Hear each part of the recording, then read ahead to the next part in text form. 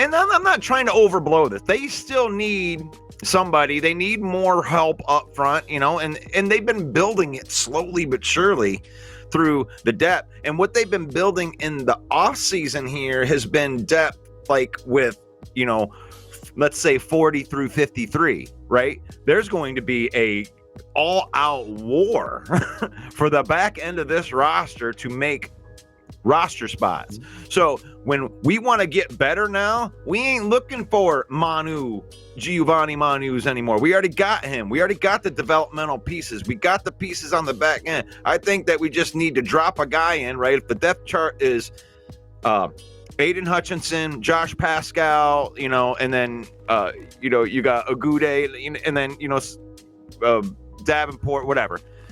You want to drop a guy on the depth chart that hits ahead of Pascal and then slides everybody down a peg, and maybe some of those back end guys will fall off. I think this is what all NFL organizations kind of strive for, is to put themselves in a position where now you're plucking the pieces. You're doing exactly what you just described, is you're trying to replace depth so that everything else falls in line behind them. And then it allows you also to do what kind of you said with Manu, is like in an offshoot, Brad Holmes will take a flyer on a project piece, but that's because you've built this roster to the point where you're confident in what you have. Now, those should be very few and far between, and that's your break or bust picks. And we've seen it happen, and I think we're going to be on that tipping point with Broderick Martin this season. So we see it in all directions, but you described it perfectly. The Lions roster is set up so it's pinpoint and replace, right? And it's a perfect spot for Brad Holmes to be.